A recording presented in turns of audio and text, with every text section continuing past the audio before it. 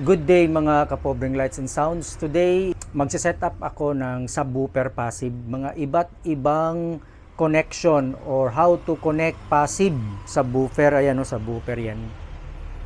So, nandun yung ating amplifier. So, paano ba ako mag-connect ng subwoofer ng iba't ibang klase or different ways on how to connect a passive subwoofer. Sa mga expert na, huwag nyo nang panoorin. So ito ay isang video tutorial lang para sa mga katulad ko na hindi magaling, na nag-uumpisa pa lang. Para sa inyo tong video na ito, para at least may idea rin kayo kung paano mag-set up ng passive subwoofer ng iba't ibang pamamaraan. So isa sa pinaka gusto kong pamamaraan na pag-connect ng passive subwoofer, lalo na kapag medyo tinatamad ako.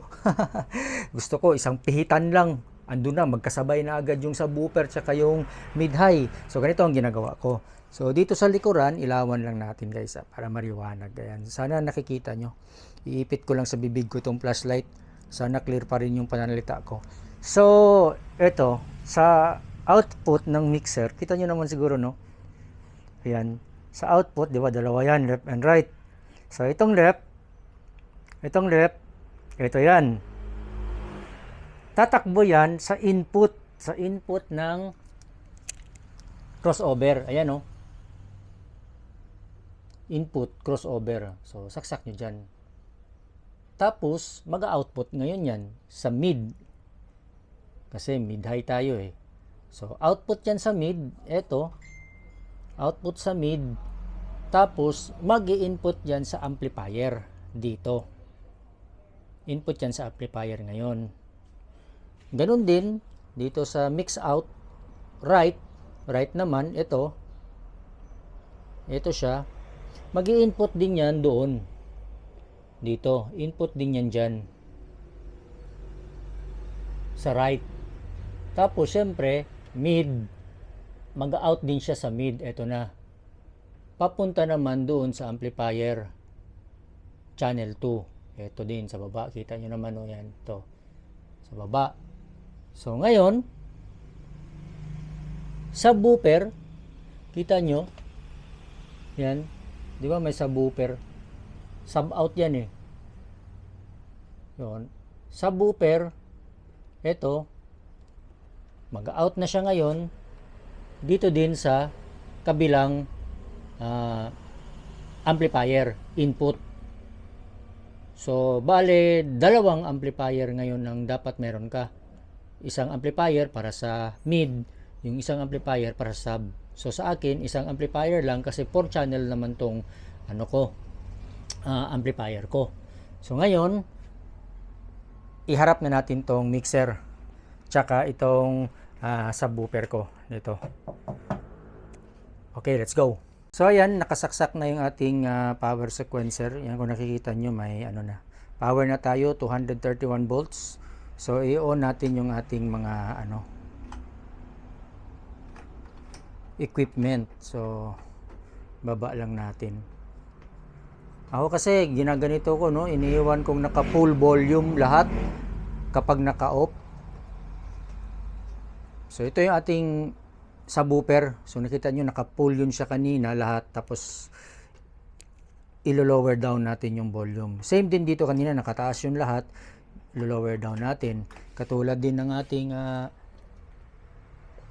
4-channel mixer. So naka-high volume yan. So ilo-low din natin. Iniwan ko kasing ganyan lagi kapag naka-off na. Inaano ko na siya, hinahay ko lahat. So on natin ang ating mixer. Ay, hindi ko pa pala na yung power sequencer, i-on pala natin. Sorry ah. So ayan, naka-on na yung ating power sequencer. So it's time na i-on natin ang ating mixer. Yan, umilaw na. Tapos yung ating subwoofer, yan, umilaw na rin. Tapos yung ating amplifier, 4 channel. Yun, umilaw. So, antayin lang natin mag-stabilize. So, ayan, nag-stabilize na. Bale, itong channel 1, channel 1, channel 2, ito yung para mid-high natin. Kanina yung in-explain ko sa connection sa likuran. Tapos channel 3, ito yung para sa subwoofer natin. So ngayon, iano natin tong, ready ko lang yung ating music source, okay? Stop ko muna. Hindi ko pala naipakita sa inyo yung speaker out, guys, no? So naano ko na kasi yung ating sa likuran yan, imagine niyo na lang dito sa ating amplifier, sa subwoofer, channel 3 yung tayo, di ba? Channel 3. So, speaker out, channel 3 din. So, nakasaksak na yan dito. Yan, sa ating subwoofer, ito. Tapos, link lang siya, link. Dito naman siya. Nakasaksak. So, ganun din, ano ba yan, nabubulol ako. Ganun din dun sa ating channel 1 and 2, para sa mid-high. Speaker out din yan sa likuran ng amplifier.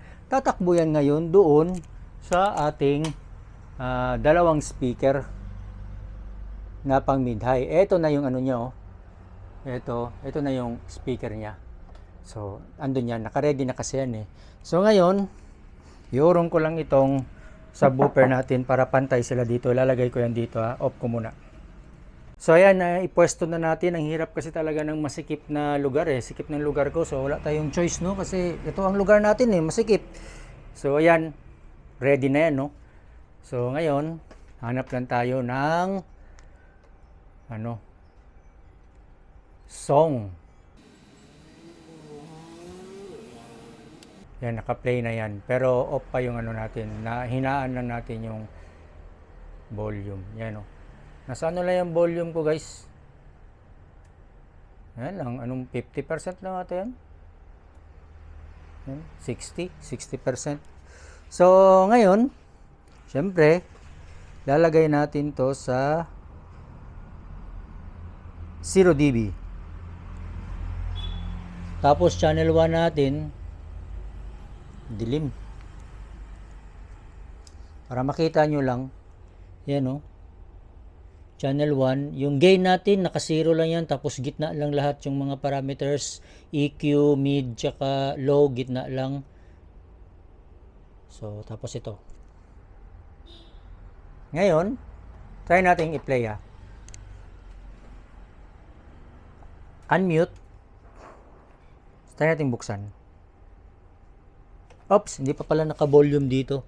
So, dapat itong channel 1 and 2, yan, full volume na yan, full volume. Tsaka itong channel 3, ano din yan, full volume din. So ngayon, ito yung pihitan, do, sa fader. So play natin, ha.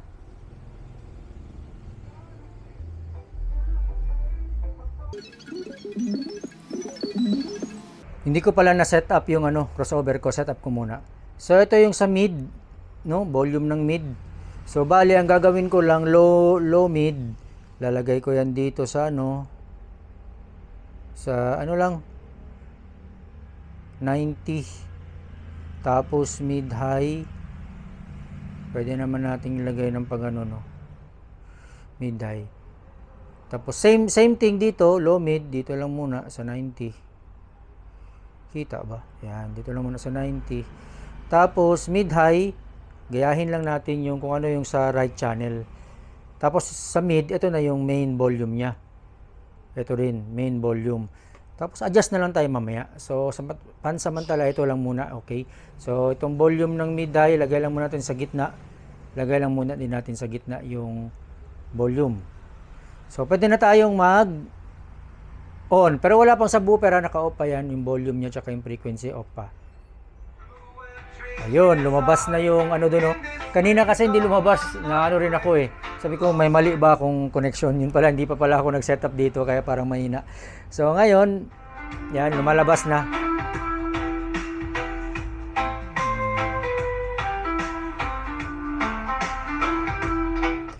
So ngayon, guys, wala pang subwoofer yun. Narinig nyo naman siguro nyo, walang subwoofer, oh. Ngayon, lagyan natin ng subwoofer, guys. Ito. Ang subwoofer natin, frequency, is lagay natin sa 100. 100 lang naman. 80 to 100 low pass. So, 100. Tapos, ito yung volume ng subwoofer. Zero lang muna. Ngayon, mag-fader tayo. Bo-volume tayo sa fader. Ito. Volume tayo sa fader. Ayan, tumutunog na. Pero wala pang subwoofer. Wala pang subwoofer na tumutunog. Lagyan natin ngayon ng subwoofer. Ito yung volume niya. Yun.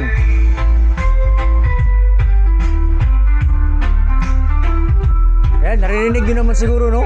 Dumadagundong, no? Dumadagundong.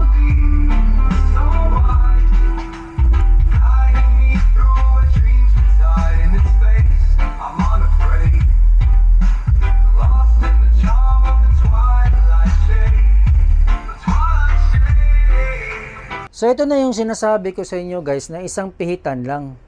Pag once na set na yung frequency ng ano nyo, ng subwoofer, ito nasa 100, tapos yung frequency rin ng ano nyo, natimplan nyo yan ng mid-high, ito left and right, tapos yung volume level ng mid-high dito nilagay ko lang muna sa gitna, no? Depende na sa inyo yan paano yung timpla. Basta ang pinapakita ko dito yung isang ano lang, yung connection ng subwoofer na isang pitan lang. Ito lang. Pero sabay na lahat. May subwoofer na, meron na ring mid-high. So kunyari, ipa-play ko na. Sabay na yan ngayon kasi naset ko naman yung subwoofer. Sabay na ito ngayon with subwoofer na ito. Pakinggan nyo ulit.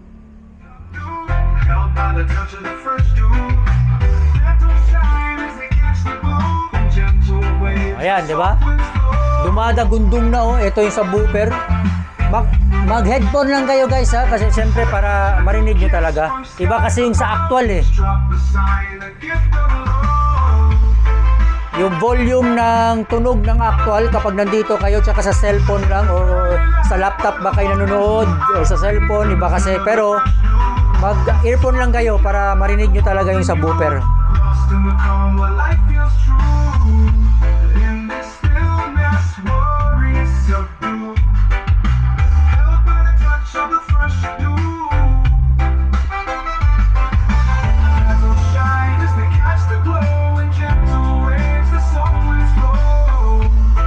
Ngayon, nasa sa inyo yan guys kung gusto nyong palakasan ang subwoofer.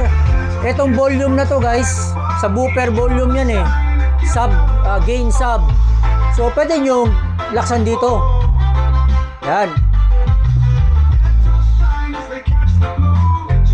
Ayan, nilakasan ko. Tingnan nyo. Talagang mas dumadagundong.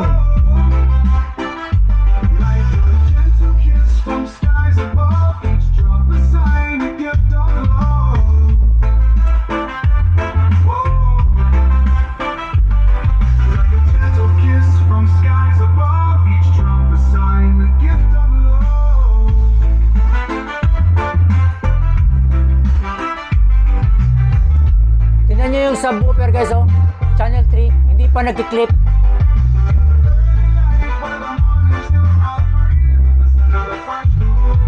Tapos ito mid-high yan, mid-high.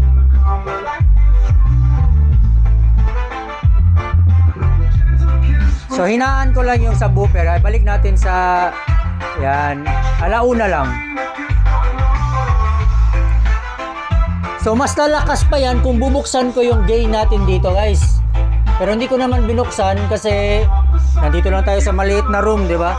Ang point dito is may pakita ko sa inyo yung first connection na madalas yung ginagawa, yung ipagsabay lang ang subwoofer tsaka ang mid-high sa isang fader. So pag angat mo,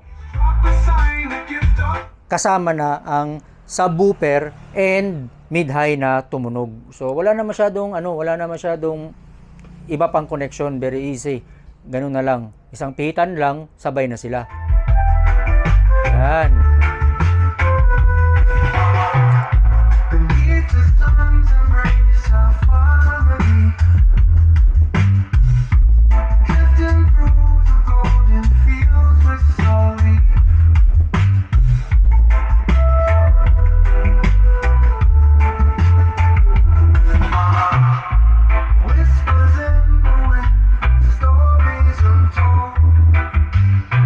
Lost in the street. kapag walang subwoofer ha, i-off ko guys ang volume. Ayan, naka-off ang volume, walang subwoofer. In-off ko doon sa crossover. O, diba? Pwede din namang i-off ang subwoofer kung ayaw nyo sa ganitong setup. Ibalik natin yung subwoofer.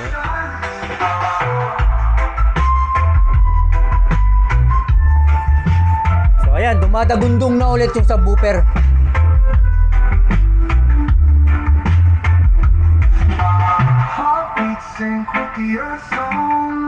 Alright, this time guys, ang ginamit nating connection, yung pangalawang connection na ginagamit ko rin sometimes is yung tinatawag na aux fed or auxiliary fed. Meaning to say, yung subwoofer magkakaroon na ngayon ng separate pihitan doon sa auxiliary. Kanina sabay lang sa fader lang. Kapag iangat mo yung fader, sabay na yung auxiliary.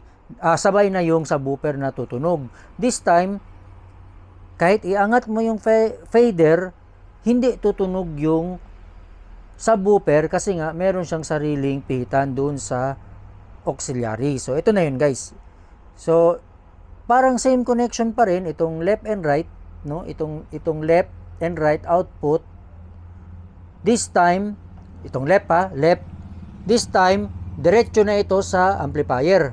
Yan, nakasaksak. Kanina kasi nag-input siya doon sa auxiliary sa crossover Sa crossover siya nag-input. Ngayon hindi na, from mix out left mag-input siya direct sa amplifier, input 1. Ito naman, channel 2 or right channel, mix out, mag-input siya ngayon sa input 2. Ayan.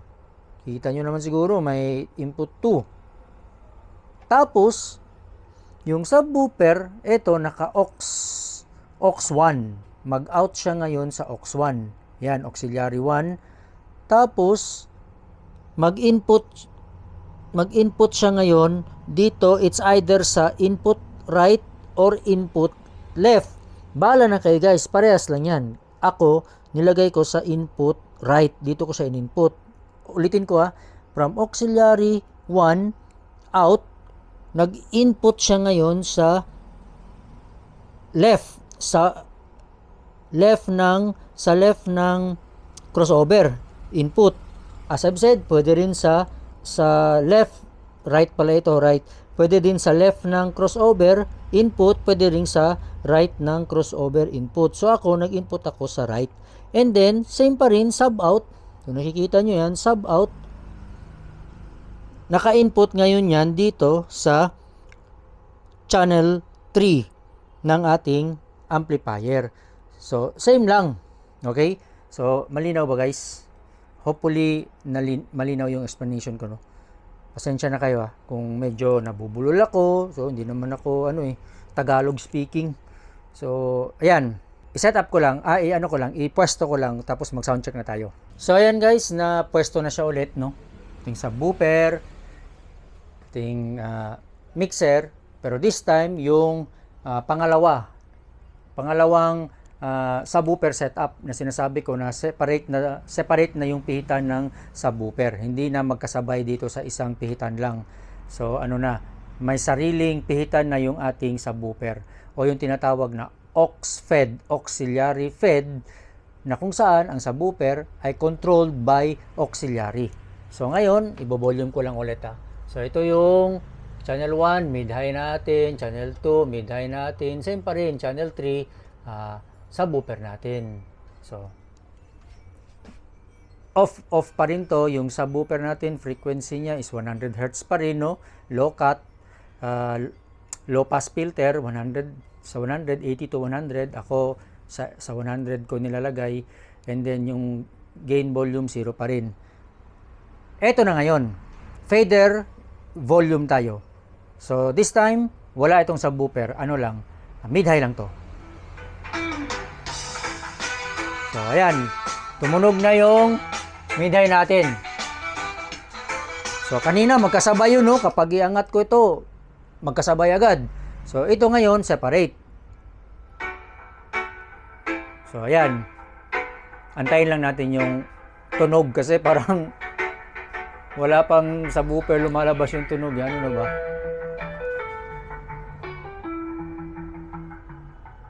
Ano yun natin? Advance. Parang pangit yung sound ha.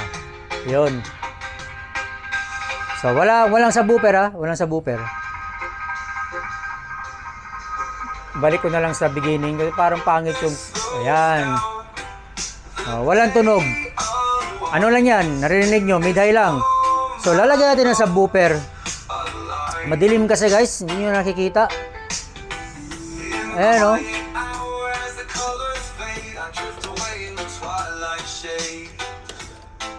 Ito yung pita ng auxiliary. Auxiliary yan ha. Auxiliary ano to? Ito yung auxiliary main 1. Lagay mo lang yan sa sa 0 dB din. Tapos ito ring auxiliary. Ito yung auxiliary niya na control. 0 pa yan. So kunwari, patutunugin ko ang subwoofer ha. Bubuksan ko.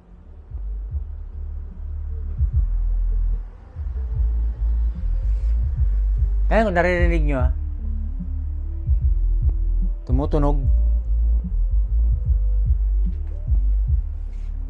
Mahina pa ang tunog niya kasi dito sa gain ng subwoofer naka-off pa.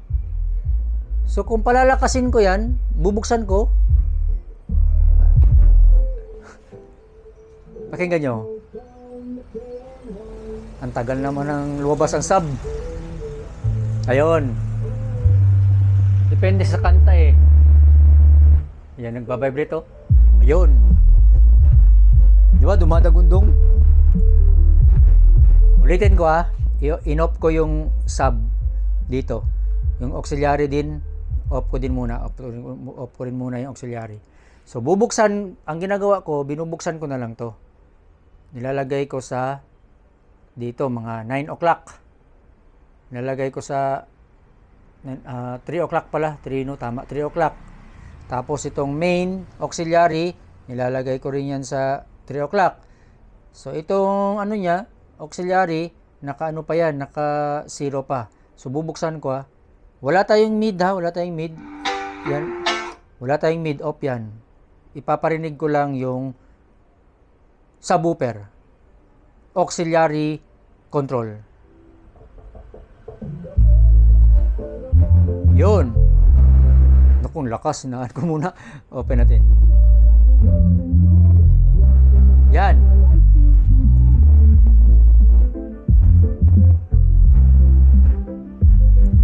Nagbabibrate yung yumayanig yung ano tawag ito?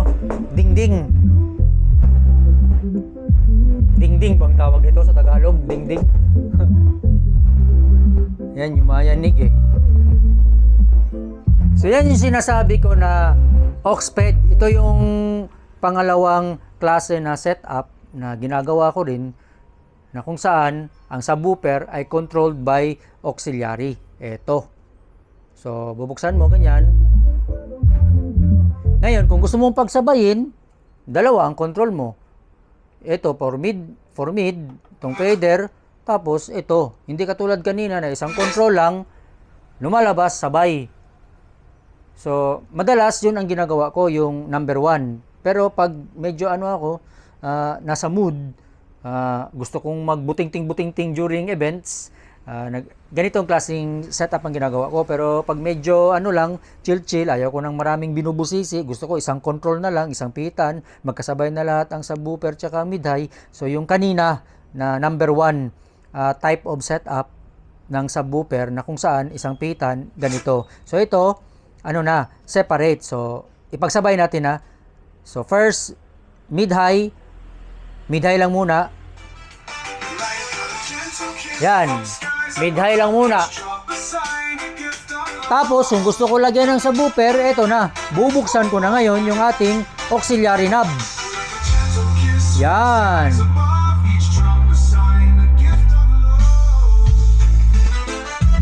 Yan.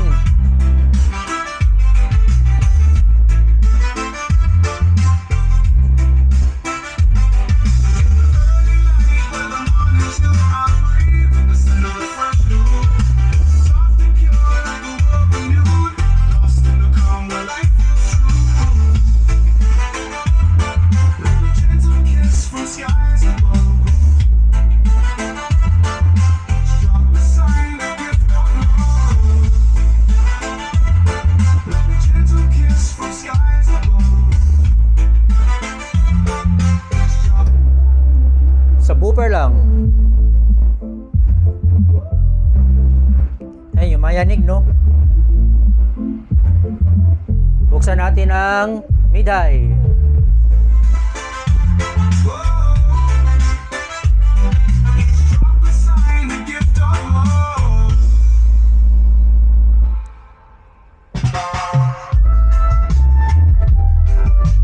Ito yung ano, frequency, channel ng subwoofer. Hindi rin nag-clipping, maganda yung signal. Ito naman yung mid-high. Same connection sa amplifier. Dito lang nagkaiba sa mixer pala. Dito lang nagkaiba yung connection ng subwoofer dahil auxiliary fed.